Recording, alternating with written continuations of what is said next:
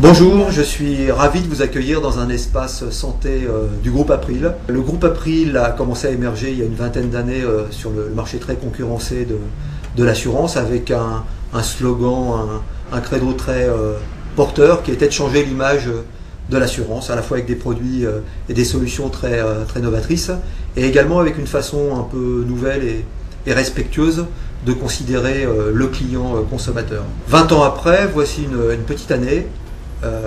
April a vu naître une de ses toutes nouvelles filiales, April Santé, avec le même slogan porteur qui a été cette fois de changer l'image de l'assurance santé. Ce qui nous a conduit depuis une petite année à progressivement ouvrir un certain nombre d'espaces de vente et de conseils, des espaces santé dédiés au grand public qui globalement offrent trois choses. Tout d'abord, l'ensemble des services de financement et de couverture des besoins de santé de manière globale. Ensuite, nous proposons également à l'intérieur des espaces santé comme celui que vous découvrez derrière moi, un ensemble de produits grand public et de matériel spécialement sélectionné pour nos clients, visant à préserver le capital santé. Troisième volet, nous offrons également des services d'information à travers des ateliers, à travers des conférences grand public animées pour nos clients, par nos conseillers santé, sur des thèmes généralement liés à la prévention et toujours l'amélioration du capital santé, que nous faisons soit nous-mêmes, soit avec un certain nombre de partenaires nationaux, comme Kyria, avec qui nous collaborons étroitement. Voilà, ce qui sous-tend chacune des actions d'April Santé, c'est in fine de vous accompagner dans la gestion de votre santé, que vous connaissiez tous les tenants et les aboutissants de vos principales décisions en matière de santé, en matière de financement de la santé, et de faire de vous un véritable acteur de votre santé. C'est l'un des enjeux de la conférence de ce soir qui vous est particulièrement destiné et que je vous souhaite le plus agréable possible.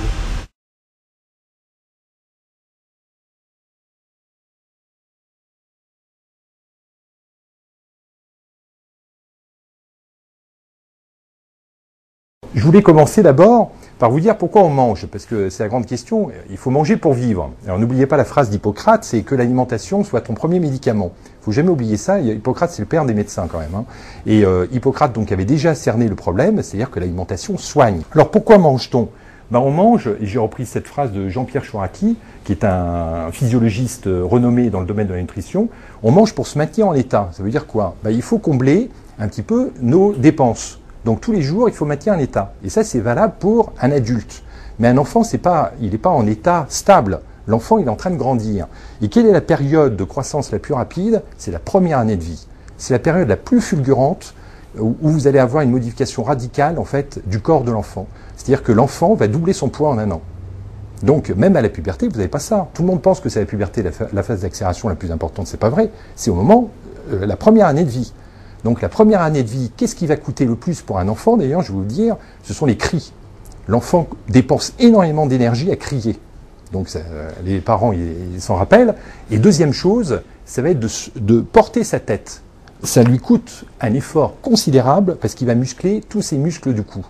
Et les muscles du cou, ça va coûter énormément d'énergie. Donc il va falloir pallier à ça, c'est-à-dire il va falloir un apport calorique extrêmement important. Et vous allez voir une diapositive après qui est assez fulgurante. Donc un enfant, il augmente son état et non pas il le maintient. Donc ça veut dire qu'il va avoir des apports alimentaires extrêmement importants. Et je vous montre d'abord les différentes étapes de l'enfance parce qu'on s'y perd un petit peu. Qu'est-ce que c'est un nouveau-né par exemple ? Un nouveau-né, c'est un enfant qui est entre la naissance et 28 jours.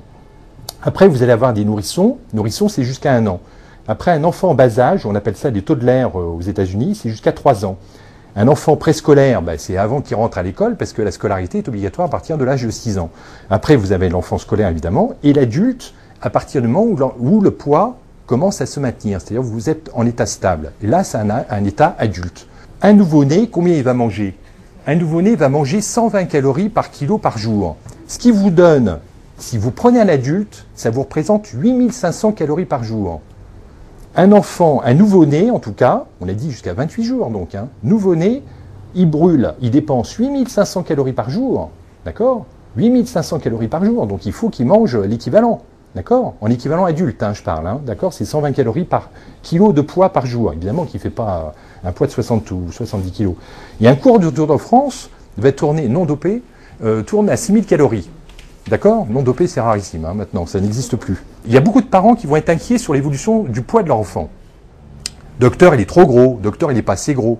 Alors moi, j'ai des patients qui me disent que quand ils étaient petits, on comptait le nombre de bourrelets qu'ils avaient. C'est pas le meilleur signe, hein. Je peux vous dire que c'est un peu inquiétant, ça. Alors le bébé cadom, le mythe du bébé cadom, ça a vécu. Hein. Mais un enfant très gras, plus de 4 kg à la naissance, c'est pas forcément quelque chose de bon. Et un enfant trop maigre, moins de 2,5 kg à la naissance, à terme, hein, je ne parle pas des prématurés, c'est pas bon non plus. Et j'y reviendrai. Alors, de 0 à 3 ans, l'enfant va perdre de l'eau. Alors, qu'est-ce qui va se perdre? C'est d'abord la masse maigre. Qu'est-ce qui est hydraté dans le corps? C'est ce qu'on appelle la masse maigre. Vous avez deux secteurs dans le corps. Vous avez la masse grasse, tout ce qui est gras, c'est simple, et vous avez l'autre fourre-tout, c'est la masse maigre. Et vous mettez dedans, tout dedans. Docteur, mon enfant, il est gros parce qu'il a des gros os. D'accord? Un squelette, ça représente 2,5 kg, 3 kg, c'est tout. Donc, on ne prend pas du poids à cause du squelette. Ça, c'est un lieu commun qui doit être définitivement éliminé. Par contre, on va prendre de l'eau. Ce qui en fait, représente le plus de poids, c'est l'eau. En proportion, les 2/3 du poids d'un individu adulte sont représentés par de l'eau. Donc, plus vous prenez du poids, plus vous prenez de l'eau. Donc, un enfant, il va perdre de l'eau au départ entre 0 et 3 ans.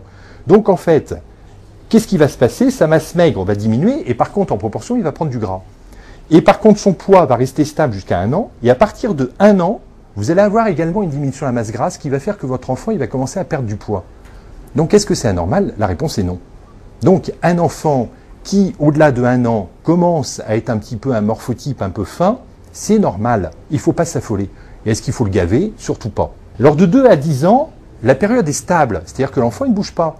Et il n'y a pas de différentiel entre garçon et fille. Vous prenez un garçon et vous prenez une fille, ils sont potelés de la même manière.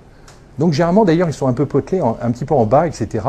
Mais, et à la puberté, va se faire les différenciations, évidemment, selon le sexe. Donc les filles, c'est dommage pour vous, mais il y a une explication quand même logique, vous allez prendre de la masse grasse. Et généralement dans une région qui ne vous intéresse pas précisément, mais qui est très importante au point de vue nutritionnel pour perpétuer l'espèce, ça va être de prendre dans cette région-là. Cette région-là, pourquoi elle va être concernée? Parce que c'est une région qui va être appelée à stocker de l'énergie sous forme de gras qui sera utilisée en cas d'allaitement. Et on va revenir sur l'importance de l'allaitement maternel qui, malheureusement, en France, n'est pas suffisamment développé. Ça a été une erreur fondamentale de 68. Parce que les femmes, après 68, ont commencé à renoncer à l'allaitement maternel, pensant que c'était une prison, que c'était quelque chose qui allait pas bien. Et on est en train de faire machine arrière parce qu'on s'est complètement trompé là-dessus. Les clés.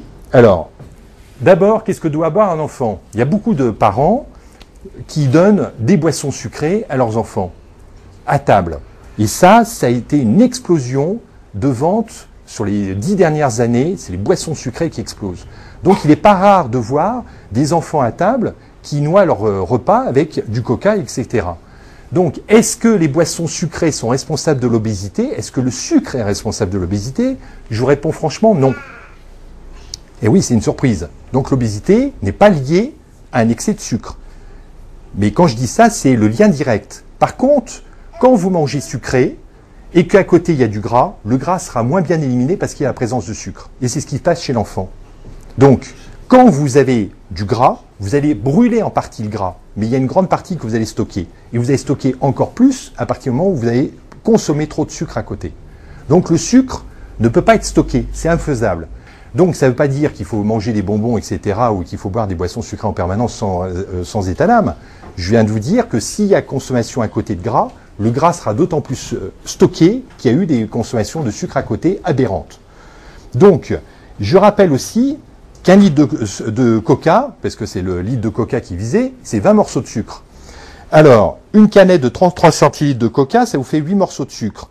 Alors, il y a des gens qui disent, mon enfant, il boit, alors on m'a dit que c'était pas bien de lui donner du verre de coca, donc je vais lui donner un verre de jus de raisin, parce que c'est très bon pour la santé. Le verre de jus de raisin, il y a 12 morceaux de sucre.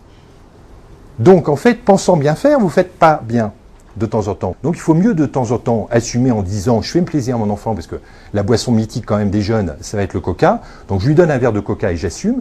Et prenez pas des boissons light, je vous dirai pourquoi. Mais on assume, mais de temps en temps. De temps en temps, c'est-à-dire que c'est occasionnel évidemment. Alors pourquoi ne pas prendre des boissons light régulièrement? Parce que sinon vous allez entretenir le goût sucré. Donc l'aspartame n'est pas